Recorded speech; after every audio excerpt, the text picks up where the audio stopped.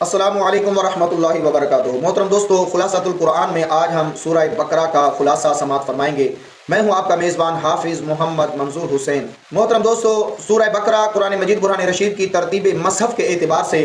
دوسری صورت مبارکہ ہے اور ترتیب نزولی کے اعتبار سے 87 نمبر پر سورہ مبارکہ ہے۔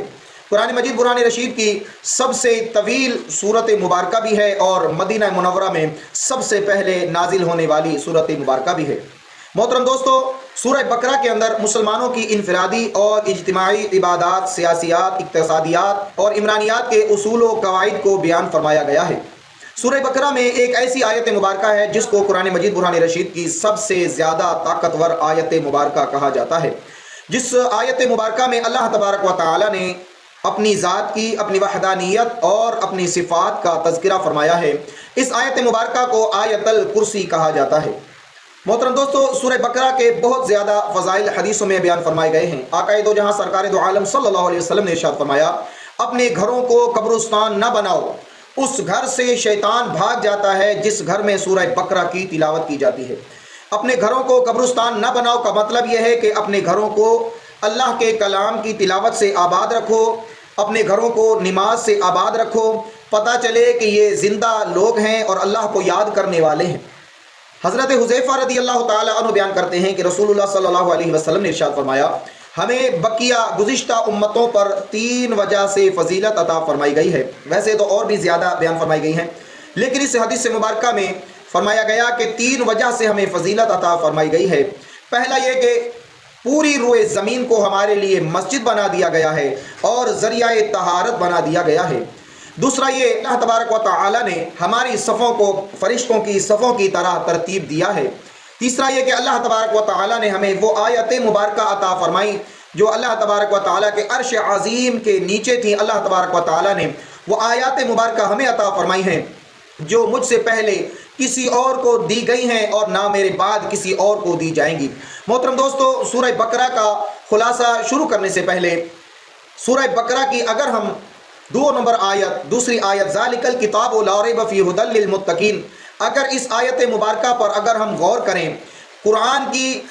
حقانیت کے دلائل پر اگر ہم ٹھنڈے دل سے غور کریں تو ہم پر یہ عیاں ہو جائے گا کہ اس کتاب میں کوئی شک و شبہ کی گنجائش نہیں ہے۔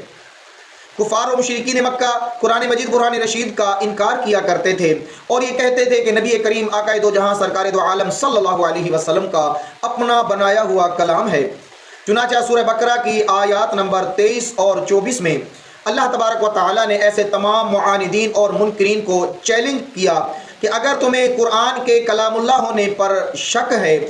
تمہیں اپنی فصاحت و بلاغت پر بڑا ناز ہے، تو تم سب مل کر اس جیسا کلام بنا کر لے آؤ اور تم اپنے مددگاروں کو بھی بلا لو۔ تو تاریخ میں ایسا کوئی حوالہ نہیں ملتا کہ قرآن کے اس چیلنج کو کسی نے قبول کیا ہو۔ چنانچہ قرآن مجید برہان رشید نے فیصلہ کن انداز میں اعلان کیا کہ تم یہ کام ہرگز نہ کر سکو گے، اور وہ نہ کر سکے، اور یہ چیلنج آج تک موجود ہے اور یہ چیلنج قیامت تک رہے گا۔ قیامت تک آنے والوں کو یہ چیلنج ہے کہ اگر تم سمجھتے ہو کہ قرآن اللہ کا کلام نہیں ہے تو پھر تمہیں چیلنج ہے، جاؤ اس کلام اللہ کی سورت جیسی ایک سورت ہی بنا کر لے آؤ۔ لیکن 1400 سال میں نہ کوئی لا سکا ہے اور نہ کوئی قیامت تک لا سکے گا۔ محترم دوستو، اس کے بعد آیت نمبر 3 سے 5 تک 3 نمبر 4 نمبر اور 5 نمبر آیات میں مؤمنین کی صفات کا بیان کیا گیا ہے، ایمان بالغیب کا بیان کیا گیا ہے، اقامت صلاۃ اور نفاق فی سبیل اللہ یعنی اللہ تبارک و تعالی کی راہ میں خرچ کرنے کا بیان کیا گیا ہے،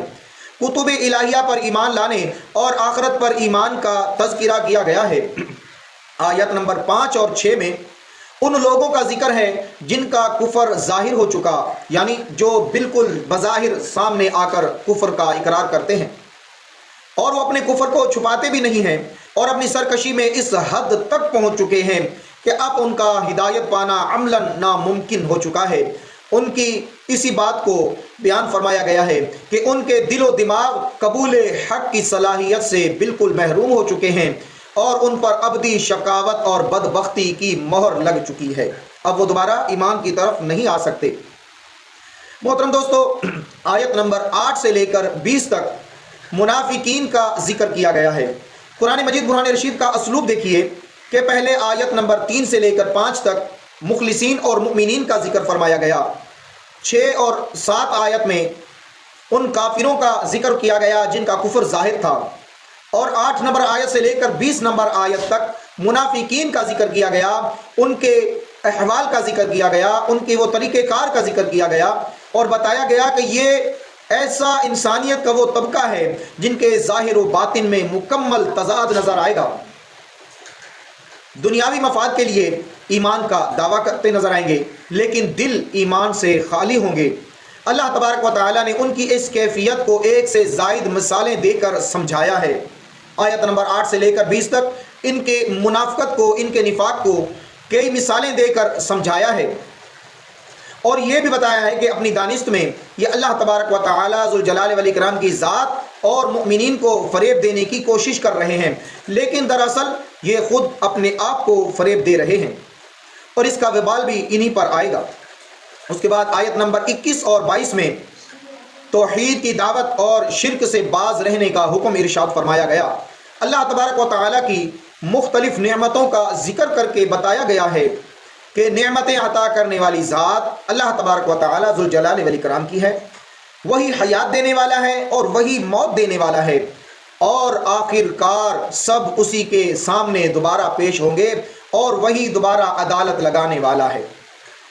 آیت نمبر 23 اور 24 میں قرآن کے بے مثل و بے مثال کتاب ہونے اور لوگوں کے مثل لانے سے عاجز ہونے کا بیان فرمایا گیا ہے۔ اعلیٰ حضرت نے ارشاد فرمایا، قول محمد ہے قول خدا، فرمان نہ بدلا جائے گا، بدلے گا زمانہ لاکھ مگر قرآن نہ بدلا جائے گا۔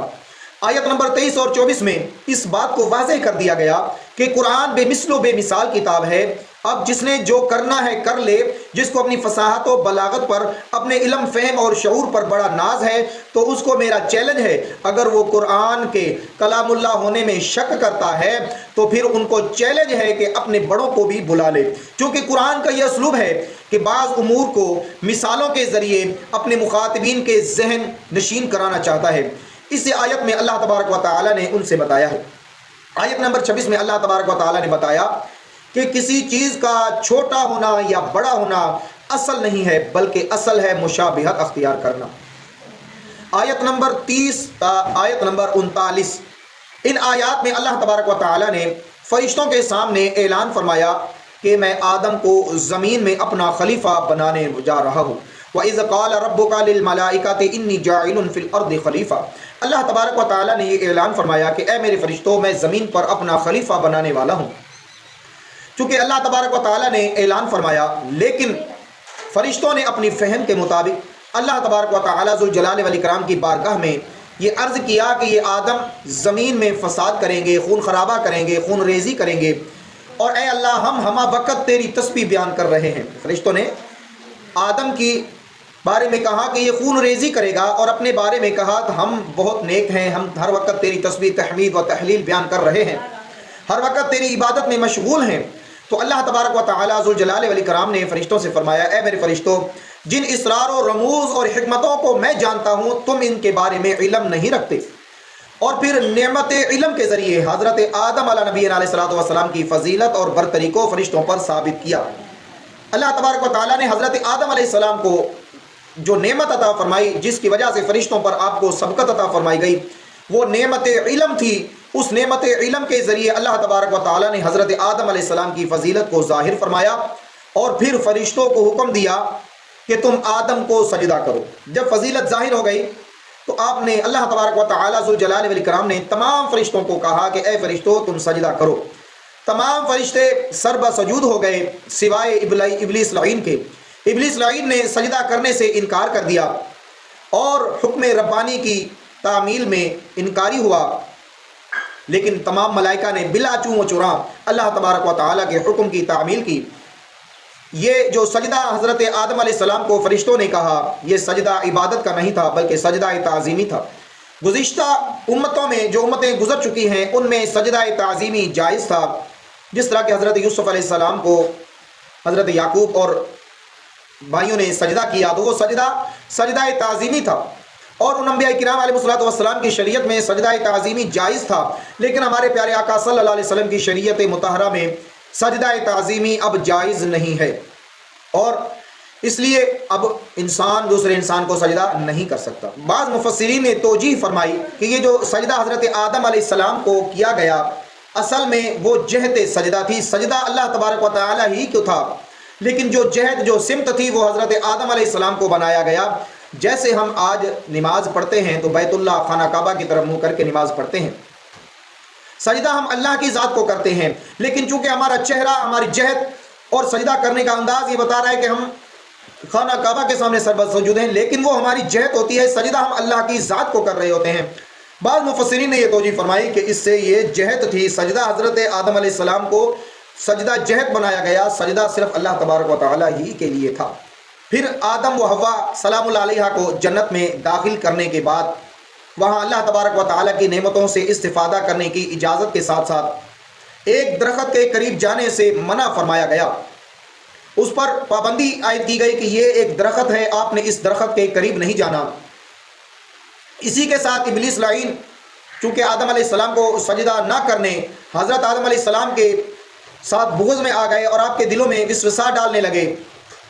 اور جنت سے نکالے جانے کا ذکر اس آیت مبارکہ میں ان 39 نمبر آیات تک ذکر کیا گیا ہے۔ پھر آدم علیہ السلام کو توبہ کے کلمات القاء کیے گئے، ان کلمات سے ان کی توبہ اور توبہ کی قبولیت کا ذکر ان آیات میں بیان فرمایا گیا ہے۔ اے ہمارے پروردگار، ہم نے اپنی جانوں پر زیادتی کی، پس اگر تو نہ بخشے اور ہم پر رحم نہ فرمائے تو ہم نقصان اٹھانے والوں میں سے ہو جائیں گے۔ یہ آیات مبارکہ اللہ تبارک و تعالی نے حضرت آدم علیہ السلام کو القاء فرمائی۔ حدیث مبارکہ میں اور بھی بہت سارے واقعات کا تذکرہ کیا جاتا ہے، لیکن ان آیات میں جو تذکرہ کیا گیا وہ آپ کے سامنے بیان فرمایا گیا ہے۔ اس کے بعد متعدد آیات مبارکہ سورہ بقرہ کی 39 نمبر آیت کے بعد متعدد آیات مبارکہ بنی اسرائیل اور ان کو طرح طرح کی عہد شکنیوں کی وجہ سے ان پر مختلف انعامات اور ان کی سرکشی کے مختلف انداز بیان فرمائے گئے ہیں۔ پہلے تو اللہ تبارک و تعالیٰ ذوالجلال والاکرام نے ان پر نازل کی گئی اپنی نعمتوں کا ذکر فرمایا، ان نعمتوں کا تذکرہ کیا جو بہت زیادہ اللہ تبارک و تعالیٰ کی نعمتیں تھیں، جس طرح فرعون اور فرعونیوں کے تسلط سے اللہ تبارک و تعالیٰ نے ان کو نجات عطا فرمائی، ان کے لیے سمندر میں سے راستے بنا کر ان کو وادی سینا میں پہنچا دیا،